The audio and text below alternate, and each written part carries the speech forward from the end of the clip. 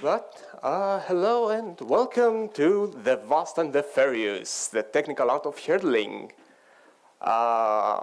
Before we get technical or artsy, let me introduce myself. I'm Alisavakis. I'm a technical and VFX artist from Athens, Greece. I'm currently working as a technical artist at Okomotive, where I have been accidentally but very accurately described in an internal doc as Harry does shaders, parentheses, please explain. But also I have shaded plenty of pixels in various other indie projects, most notably Somerville, Far Changing Tides, the previous flagship title of Okomotive, some VFX in Dungeons of Hindenburg, and just a bit in Kern and other smaller indie games. Regarding Okomotive, they are a Swiss indie game studio with around 13 members. They are mostly known for the games in the Far universe, like the Far Lone Sails and the Far Changing Tides games. And we are currently working on an extremely fun pinball-based roguelike deck-building game called Pinkeep. These are the games here. But we are not here to talk about that. We are here to talk about herdling. So herdling is an atmospheric adventure game where you guide basically a herd of mysterious and lovable creatures called calicorns up the mountains while you protect them and help them overcome obstacles. The game was released in August of 2025 and it's currently available on PC and consoles. It was made with Unity URP with a very, very heavy use of custom renderer features.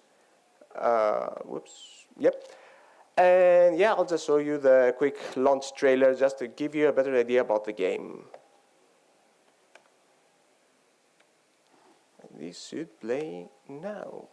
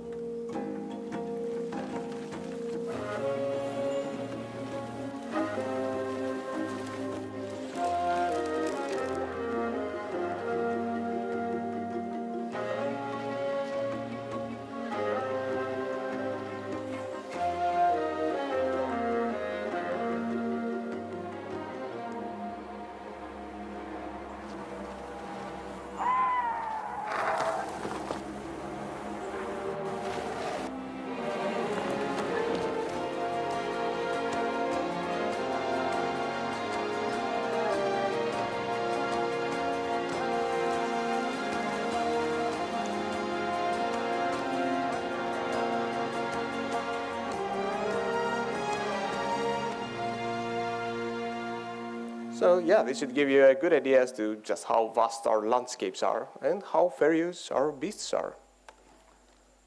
Come on, okay. So regarding the talk, here's a bit of a heads up. It's going to be quite dense because I wanted to share as much cool stuff as I can, really. I'll be around for any questions in general. Here, you can always reach out to me online if you need to. So, I'll just get started and, feel free to take photos and videos if that's allowed. But basically, there's going to be some code snippets shared here and there, so, yeah. Also, the content of the talk kind of assumes that you're familiar with, like, shaders and their graphics pipeline in general. So, yeah, if something's not too clear, you can always ask me. So, let's start with the terrain. So we knew from the start that we would need big terrains, right? I mean, you saw it from the trailer. We have like big landscapes, and we're a small team. So there was definitely a need for a good workflow there, which meant not using Unity's terrain, right? Because it's not very flexible. I don't know if you worked with it, but yeah, it's not very performant, and it's definitely not accessible. So we wouldn't be able to make it more flexible or performant. So yeah, the team was already using like custom terrain meshes made in Blender. They were using those even before I joined the project during the vertical slice development. And yeah, initially they had a custom texture set for each big terrain mesh, which was kind of a problem because the terrain meshes could actually be very big, and even at 8K, the textures just could not hold up resolution-wise. So this was my cue to set up one of the first tools that I made for herdling, which was a terrain painting tool. The idea wasn't something new. Basically, the workflow is similar to what Unity has. I just used additional vertex streams to store additional data on the terrain mesh. So if you're not familiar with the additional vertex streams, that's a nice tool that Unity has. It basically allows you to provide the mesh renderer with an extra mesh, and then you can overwrite the vertex data of the original mesh without actually modifying the source. So for example, you can paint vertex colors, you can alter the UV coordinates, all of that without even actually changing anything on the source mesh or the FBX or anything like that. And yeah, since we already had set up to store surface information on the vertex colors, that was for like the ground types, the grass, and yeah, for particles and sound effects, I used additional UV coordinates to store the data for the actual texture painting. Specifically, I used the second and third UV channels, so UV 1 and 2, as masks for up to 8 different texture sets, so one for each color, well, UV channel, so 8 total. And the textures were just sampled planarly in wall space using the XZ axis. I also used the fourth UV channel, but that was only to modify the brightness and saturation of the existing textures, so that way we get basically more bang out of our buck in basically modifying the existing colors without needing more textures. And I purposefully did not use the first UV channel, just in case we needed to unwrap the meshes, because I mean, we were just doing planar projections, so unwrapping was not necessary. But you know, I was thinking that maybe we might need it, and I was thankful for that assumption later on. So for the different zones, we had like a scriptable object like this that generated texture arrays for albedo, roughness, and normal information for the 8 possible surfaces that each terrain could have. There's a slider under each entry. It's called grass height factor. Ignore that. I will get to that later. And there was also the ability to paint the vertex colors, as I mentioned, that we used for the ground types. It was based on the dictionary of the different surfaces that we might have. And we could also debug those values just to see, you know, how the vertex color looked. But one problem that could arise is that if the mesh was actually modified in Blender, if you like basically extrude or remove vertices, then the vertex order would just get very messed up. And for that reason, you know, there was an option to basically reapply the vertex data by checking like the distance of the new vertex position with the old one and apply the previously stored data over to the new vertex based on distance. It wasn't perfect, but it saved us from a lot of headaches and lost data, because the moment you change something in the terrain, then everything broke. Towards the end of the development, however, there were some bigger problems. So in case you don't know and you haven't seen Earth or the ground, terrains are big, and they are kind of always around. And you almost always look at them at like grazing angles if you're looking towards the horizon, right? And because they were also using like a heavy shader, because of all like the different textures, we had to sample like up to 8 texture sets, so lots of texture samples. And because we also wanted more detailed painting of the terrains and all the data were vertex-based, that meant that we had to have like quite dense geometry on the terrains, polygon-wise. So all of that means lots of small triangles at grazing angles on the screen that were always there in big areas, and that was not great for performance. But the thing that made it very worse is that we wanted to sip on the sweets, and we did. But yeah, towards the optimization phase, we had to resort to a classic solution: level of details, yay! But at the same time, we encountered a problem: level of details, yay! Yeah, see, we could generate meshes of lower levels of details in like Blender, but as I mentioned, all of our painted data was vertex-based. So what would happen to all of that data? We could not reapply that data in any way to make them look as good as, you know, as the original. So we had to make our data a bit more convenient, and we had to bake them into textures, which would make the most sense, right? But baking, you know, the final blended result, like the final generated albedo, for example, would make no sense whatsoever, because then we would go back to the original problem of having like really big textures with not enough resolution and everything would be really, really blurry. So instead, we baked the masks. So all that data that we painted on the different UV channels, we just baked those. They look like this. Even if it was more visible, it wouldn't make more sense. But we used those to, again, planarly sample the textures, but still not be vertex dependent, basically. And yeah, I made a little tool to basically bake all that data stored in the vertex colors. But I know what you're thinking. How are we sampling that texture? I mentioned that we had all the UV channels for the painting data. But we still had that first UV channel, the one we thought about using for unwrapping. And we also have asset post-processors. So I hope you know what asset post-processors are in Unity, because they are very, very useful. Basically, it's another very handy tool where you can have an imported asset, a texture, a mesh, or anything you can import, really. And you can basically modify the data that get used in Unity without actually modifying the source file.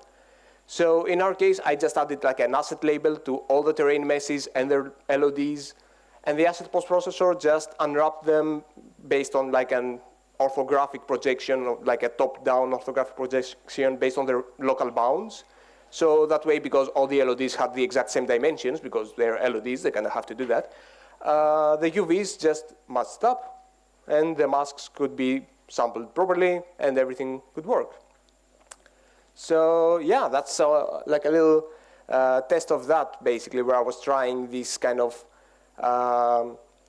projection, because we could basically just, the way that I did the baking was that I used a shader that instead of outputting to the clip space position, it outputted to the actual UVs of the mesh, the ones that I generated. And that made it basically make a snapshot of itself on the UVs that it actually uses, if that makes sense. This is all you need to do for that. So basically, while there is the transform to clip space, instead of outputting that, I'm just outputting the UVs that are remapped to go like in the -1, range. Cool. So next up, we have something that was not super utilized, but it was a really, really nice tool and workflow, and I will definitely revisit that. Terrain stamps, or sculptors, or whatever you want to call them. So a while back, I experimented with a way to have non-destructive stamps to modify the Unity terrain. That looked kind of like this. It allowed for cool stuff where you can have like a stamp of a mountain, move it around, and that way you can do that non-destructively without painting, erasing, and all that stuff. It was a really nice workflow. And after a while, I thought about implementing this in Herdling as well for our terrain meshes, because that would allow to modify those Blender meshes without going back and forth in Blender, and also like risking damaging our vertex-based data. The process for this is basically that each stamp is like a big quad with a grayscale texture that corresponds to like the height that it's supposed to add.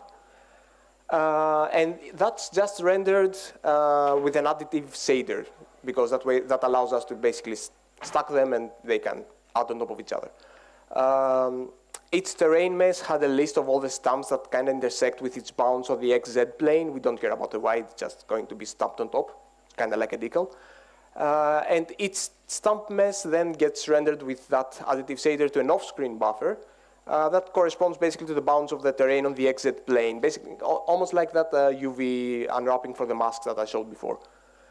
And then the off-screen buffer is sampled on the CPU side. We don't care about performance, it's all baked, so. Yeah. And the corresponding height value were applied to the vertices of the additional vertex streams, which we already had because we were doing all the painting. And yeah, we just then recalculated the normals of that additional vertex streams, because we modify the mesh, so we need to kind of recalculate the normals. And it was overall a very nice system, but the problem was that by the time I made that, most of the terrains were done, so it didn't get much use, except for one very specific use case, which I think basically made it worth it. minor spoilers for the game, but in the later part, you have these crevices in which your herd can actually fall, which are very dangerous and very ominous. And that required basically making holes into the terrain and cutting holes, you know.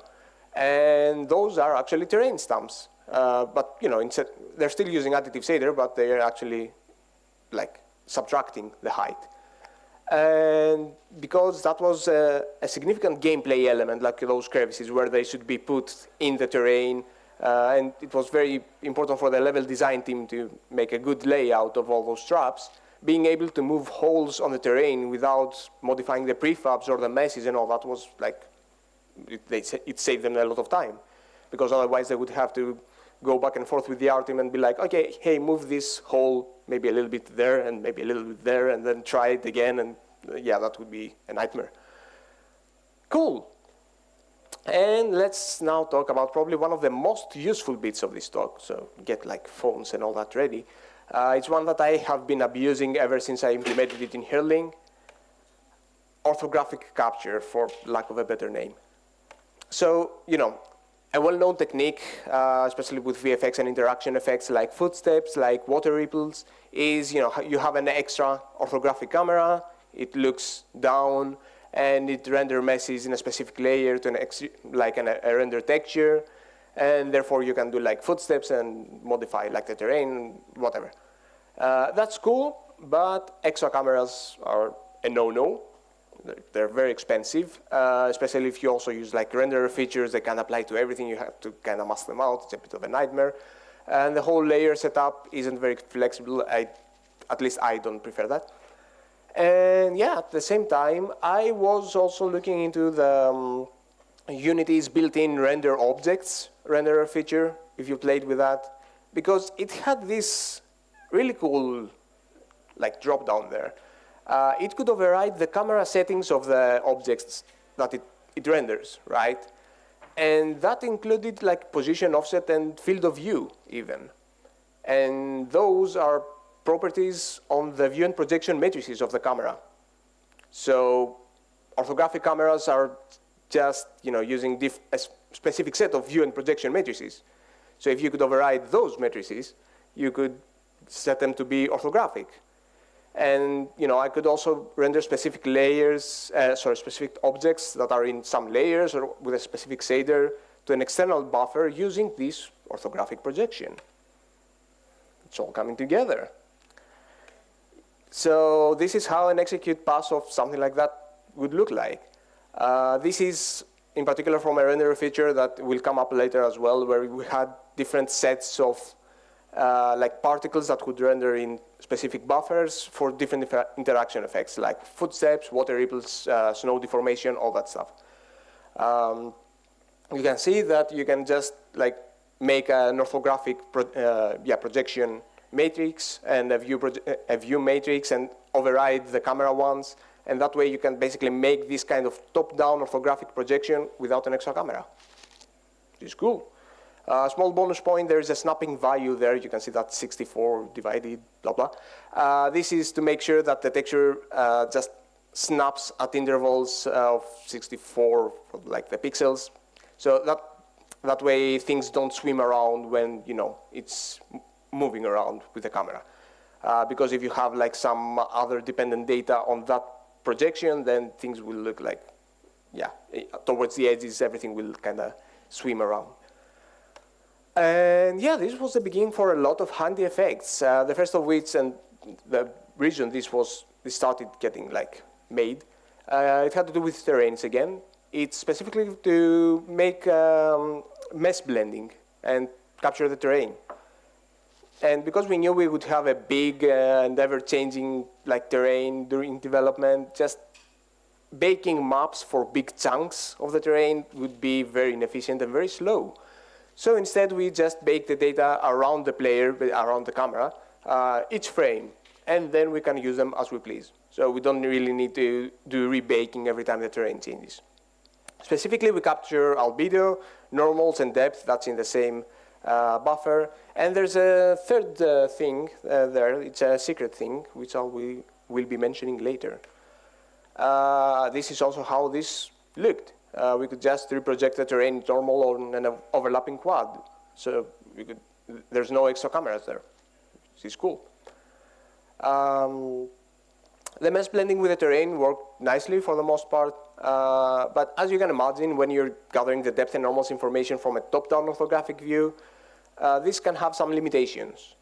So at the very start of production, of pre-production even, I went to the art team and asked them, can you pretty please promise to not have overlapping terrains, right? Because if you have a terrain underneath a terrain, then the capture will not really know what to capture. And they said, yeah, of course, no worries. There's no reason whatsoever for the terrains to be overlapping. They were overlapping at the end, obviously. But it was fine because I basically rendered the terrains with a specific render order.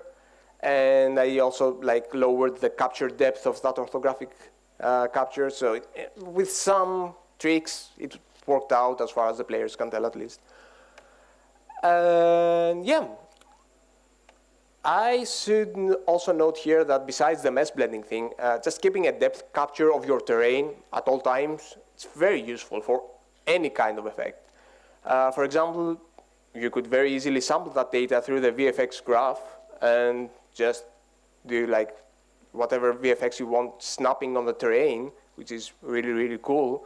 And while we didn't really have a use for that spider forest there was still a very great use case that I will mention later in the foliage part. So get excited for that. This is how that interaction particles thing worked.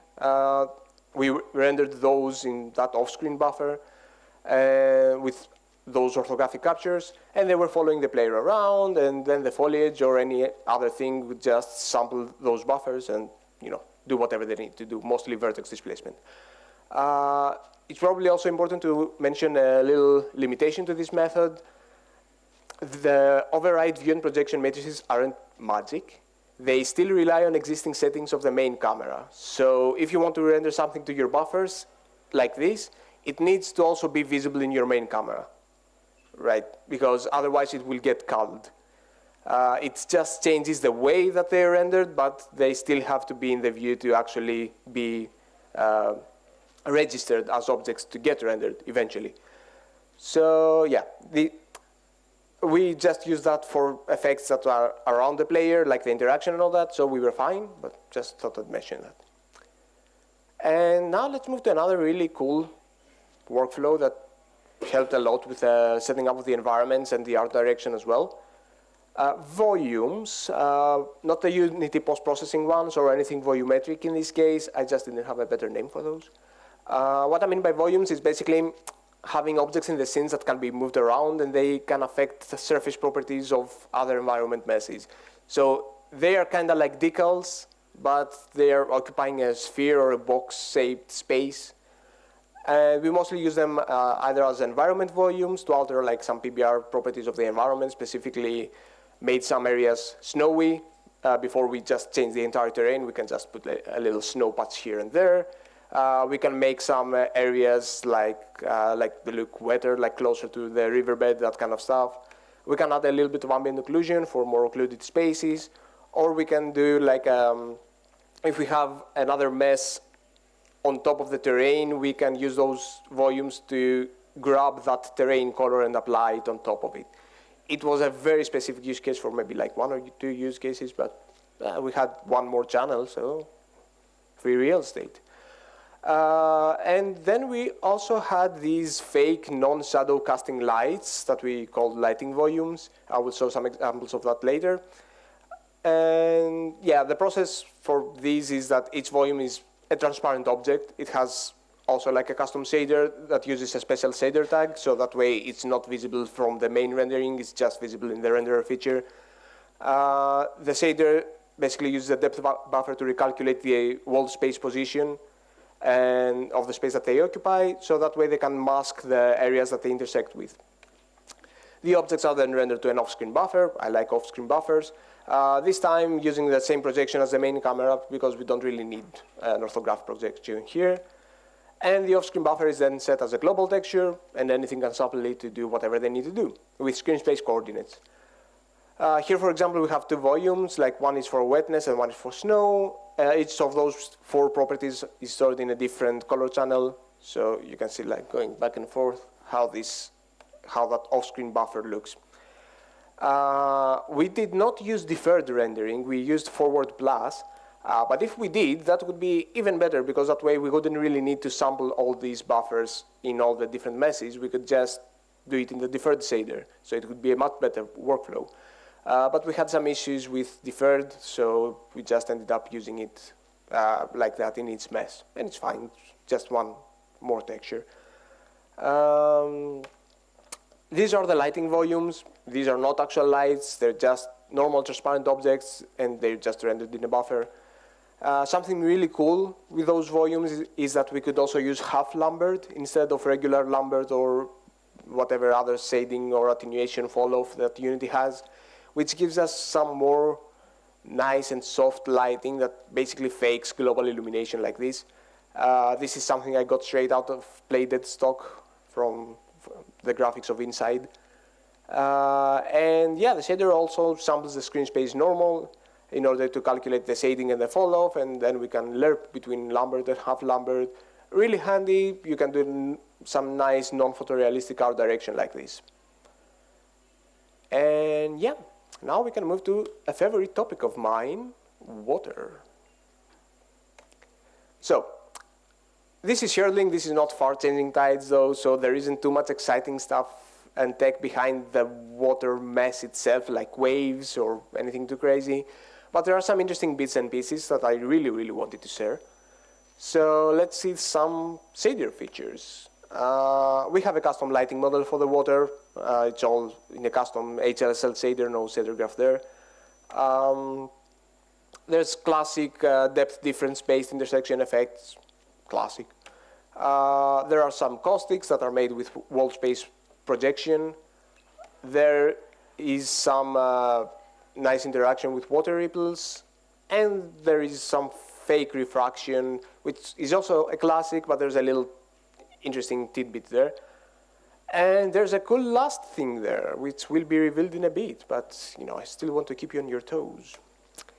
So the lighting model, something that I really like to do with water, especially more stylized, is that I decouple the normals that I use for diffuse and specular reflections, right? Because for diffuse, I just use the mesh normals, so it's a plane, so they're just pointing up. So they still react to lighting, but you don't have like the shaded areas that kind of make it look like a plastic tarp kind of thing.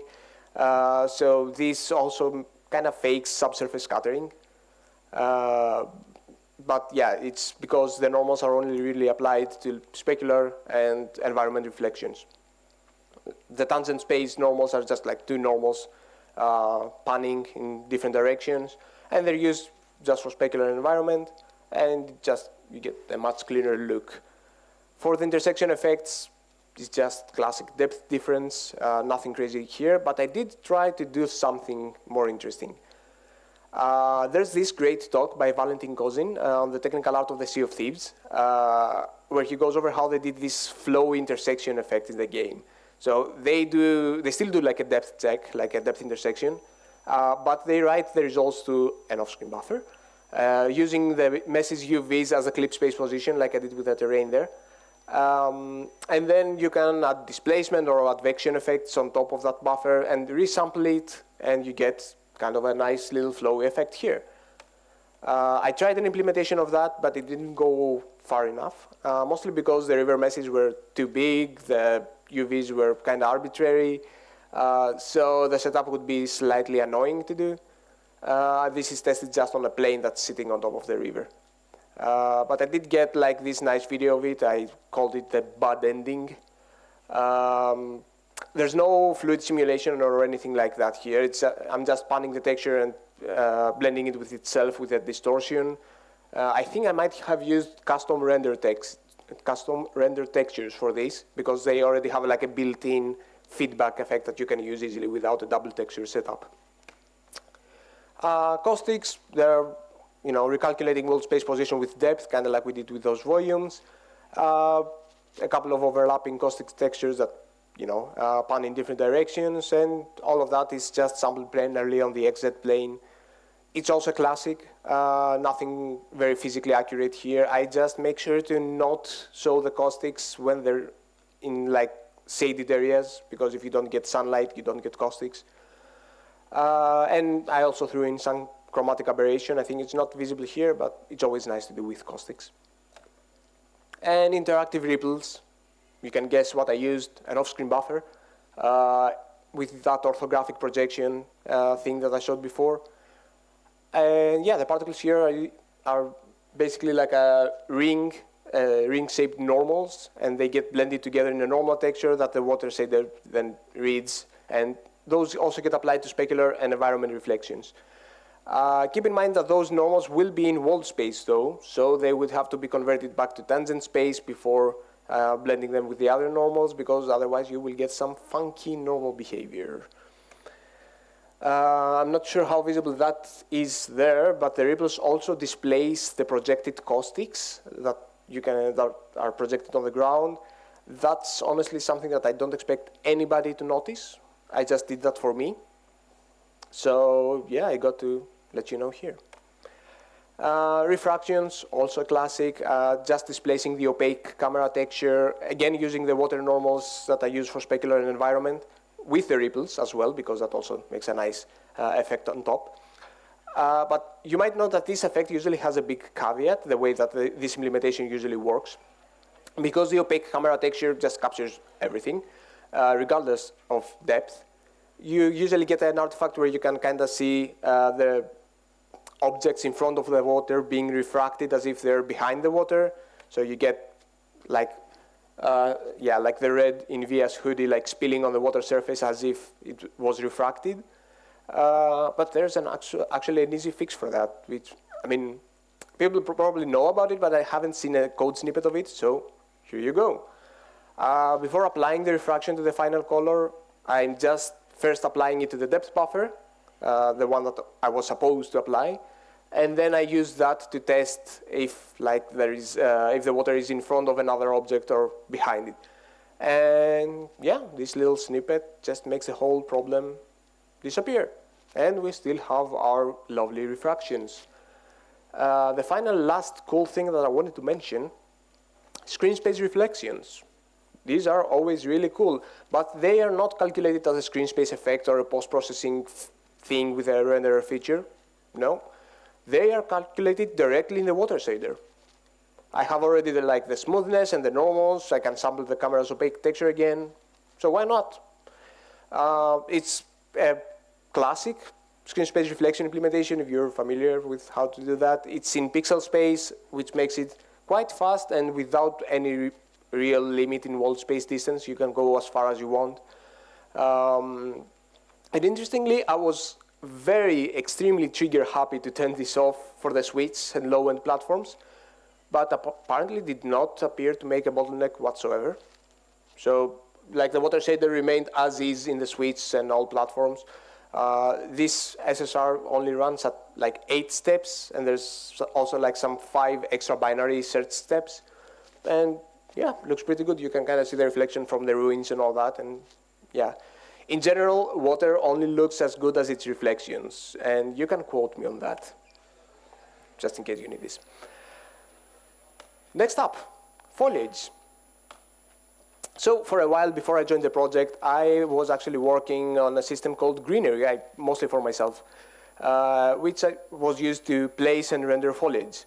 It was generally quite quite handy and easy to use. Plus, its whole rendering approach was based on GPU instancing, which is definitely faster than whatever Unity offers, which is nothing. And the team really enjoyed using it, which, that was great. Until it wasn't.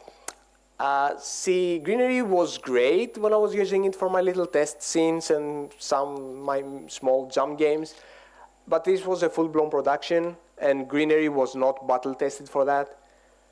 First off, the data handling was ridiculous, because I was just serializing everything.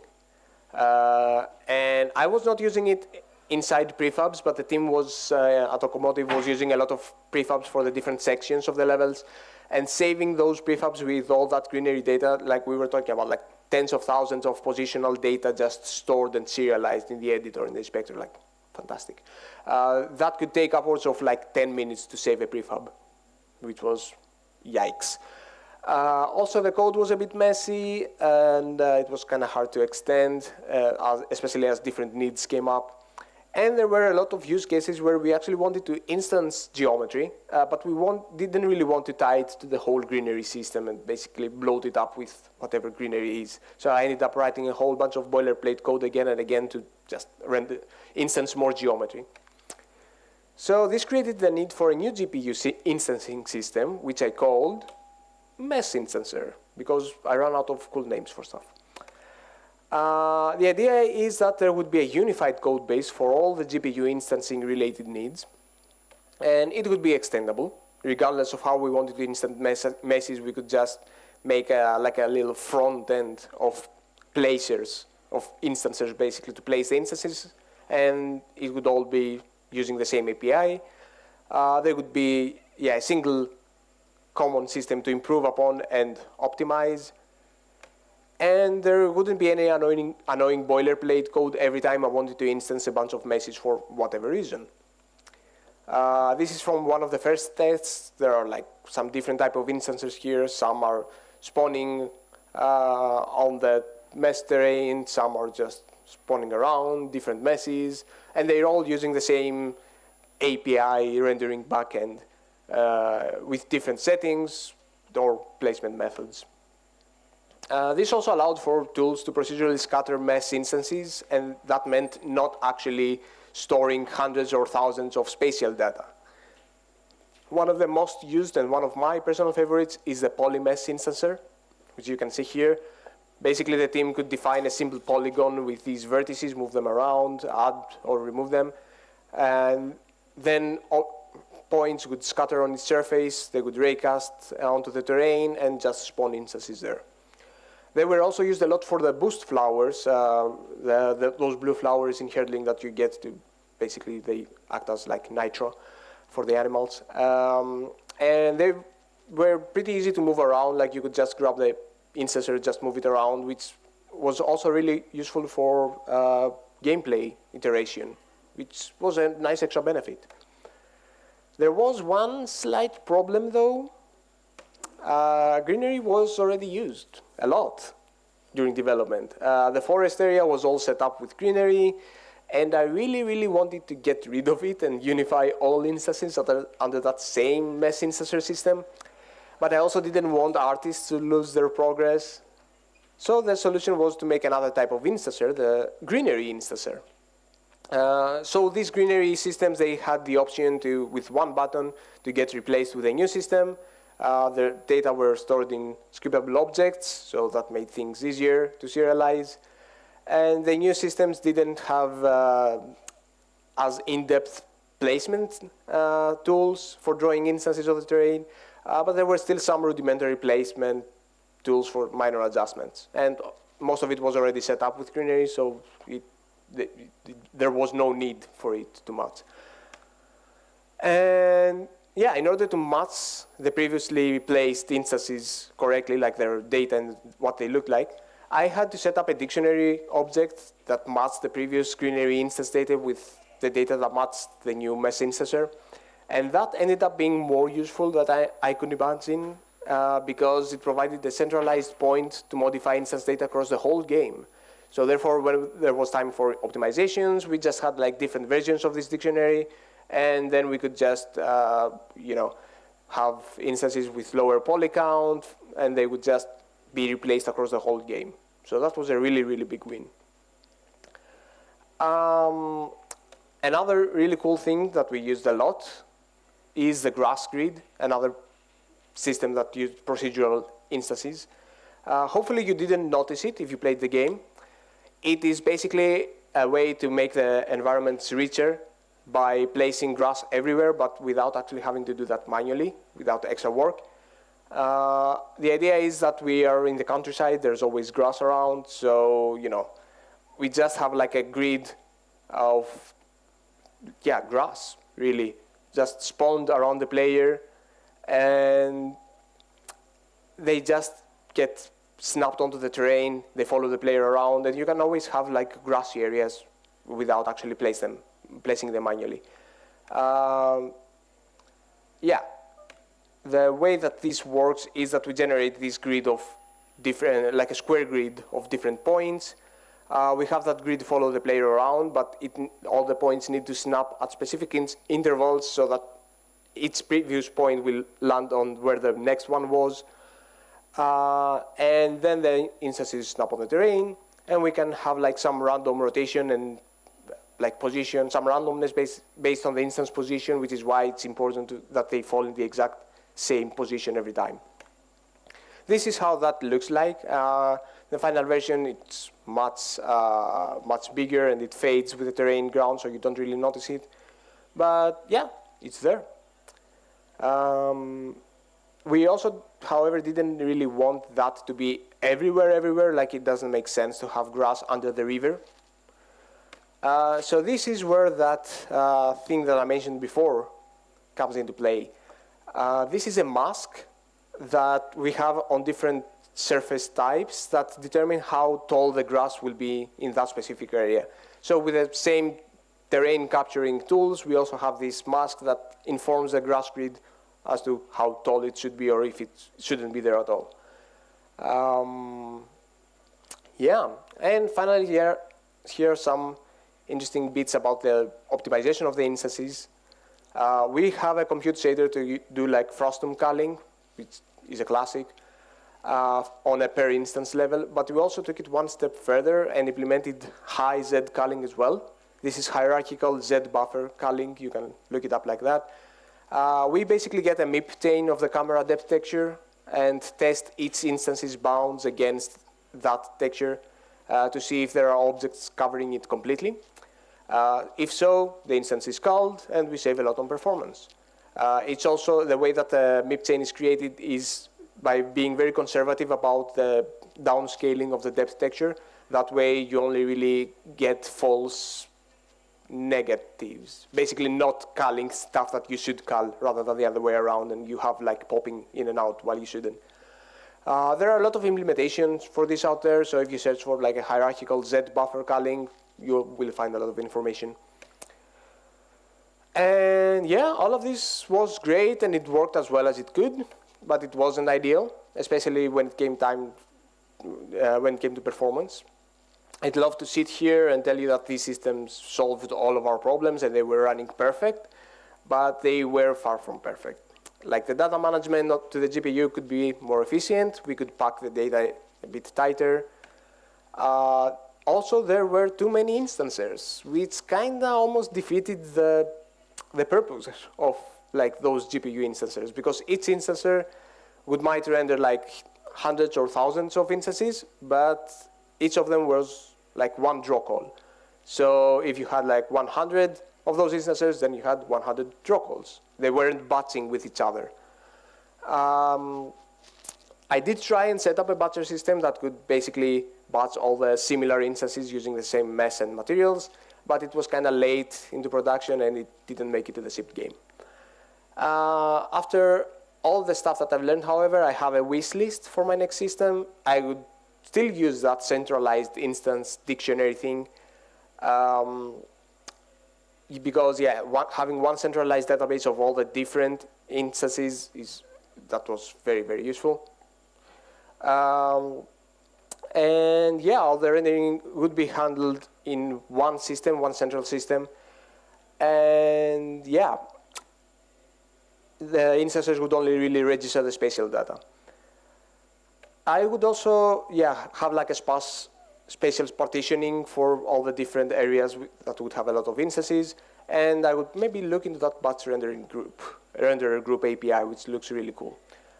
This is like a quad-tree implementation of that this sparse setup could look like. Now, I have just a few minutes, so I will kind of speed run through the fair. But yeah, fair tech, the bane of my existence for this project. So we knew that we wanted to make the animals furry and fluffy, right? We knew that. So we needed tech for that. And we wanted it to be performant. Whoops. And yeah, fair in general can be anything but that if you've worked with that. When I joined the project, the team already had the Fluffy plugin, which is really, really cool. But it had too many features for our use case, like it was a bit overkill, and it had some errors on some consoles, which I'm sure that we could resolve if we reached out to the developer, but relying on third parties doesn't really work best for a production. The performance was good, but not where we wanted it to be, especially for the Switch. And yeah, it wasn't very easy to customize. But more importantly, my ego is even denser than this talk, and I just wanted to roll my own solution. Sue me. So version 1 was Okomotive. Basically, I was baking the skinned messes of all the animals, and I was scattering those sample points on those messes. I generated some quads on those points using a compute shader, and then I used render mesh procedurally to render those quads. That looked kind of like that. It seemed okay, like a good first point. But it wasn't there visually or performance-wise. It let us know that we really needed good grooming tools in order to place those cards more deliberately. And yeah, it wasn't used for too long. There were some good takeaways about how to scatter those sample points. When I'm mentioning sample points, by the way, those are, instead of actually object space positions, they just hold information about the triangle they're in. So they have the indices of the triangle, so the 3 numbers, 3 integers, and the barycentric coordinates of that triangle. That way, if you have a skinned mesh that moves around, we just pass the vertex buffer, and then you can recalculate that position without actually having to modify your static data. That's what I mean when I'm talking about sample points. We needed good grooming tools, so there was a next version after that. I still had good idea names. Yeah. So the next step was Okomotive.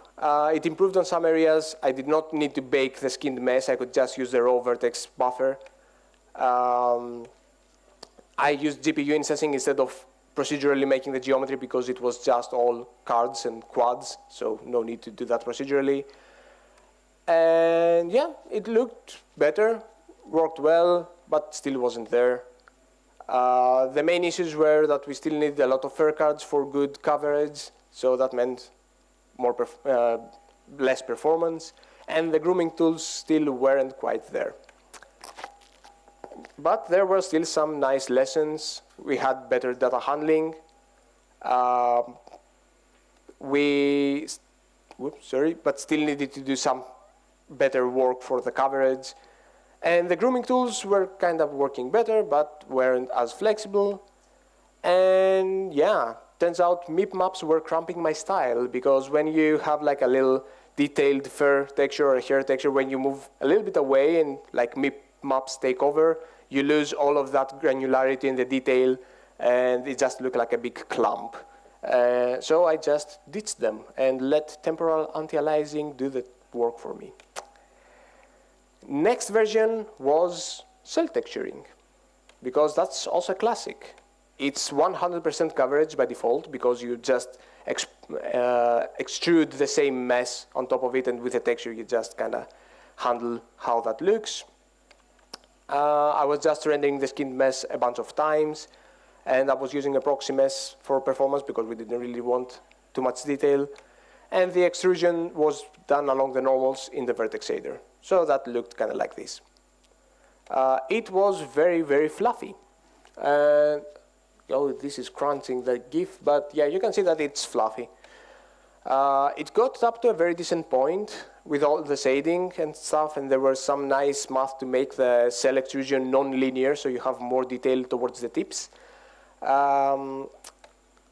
So, yay, we had coverage. But we had also like a bunch of overdraw, because we still needed quite a few cells to get good details. And finally, the last version was Calicoat. So that was done with a realization that you could simulate fur with like a bunch of strands, and that was pretty obvious, but still. And yeah, those strands could be simulated with Verlet integration. So what if I actually made strands with Verlet integration be parented to a skinned mesh? And these were the first tests for that. And that looked very promising. And when I just made a very rudimentary fur renderer and put it on our big animal, that looked like this. And it was clear that we could cook with this, because like this sort of reactive motion was something that we didn't even really know we were missing. So when it was there, we knew that it was too good not to chase. That first test was using Unity's real-time SDF baker for skinned meshes, but it was really, really slow. So instead, I resorted to like a little bit of a hack where I just tested, I did like a dot product of the vertex normal and like the vector going from one point of the chain to the next, and just if that was negative, I just pushed the chain up a bit, and that worked. Probably because our animals were so spherical, but it worked. And that also allowed to make much better grooming tools, because instead of like rotating cards and trying to place them properly, we just added forces, because we kind of simulated the forces that the fur was affected by. So you had gravity by default, but if you applied the force upwards or towards a specific direction, you like those strands were trying to accommodate for that, and that took care of rotations and everything. So, but much better grooming tools in general. And they'll still be reactive in that way. So the process was, you scatter all those sample points that I mentioned before, with all those grooming tools. And then a compute shader would calculate those small Verlet chains. Those only really had 3 or 4 nodes, basically.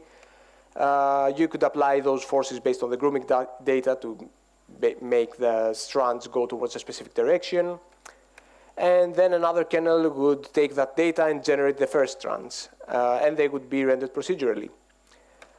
After some time of using it, though, we noticed a very bad problem where the fur would not sync up properly with the animation. Like there was like maybe 1 or 2 frames behind, but even more with lower performance. And like the fur was swimming around the animal's head because they were moving really fast in some cases. And that was a problem. But something I noticed while I was trying to solve that is that we had other instances on the animals like sticks and snow clumps, and they did not have that issue. They were using that mesh instancer system that I mentioned. So if you can't beat them, you know, join them. So the final system was pretty much the same, but I used instancing cards instead of procedural geometry. So I used the same mesh instancer API. We could still apply that cool Verlet simulation from the compute shader using that data in the vertex shader on the mesh instances. And we got some great wins there. No more fur swimming around the head. We could more easily swap the instant meshes instead of modifying the compute shader. And we also got all the benefits of the mesh instancer, like the hierarchical Z occlusion culling, which I'm not sure if will be very visible here, but if you look at the top of the scene view, like the fur will disappear behind Via as he moves in front of the animals. Whew. And finally, with that, we have finally reached the end of this talk. Thank you so much. And yeah, if there's time for questions, you can reach out or ask now. Or, yeah.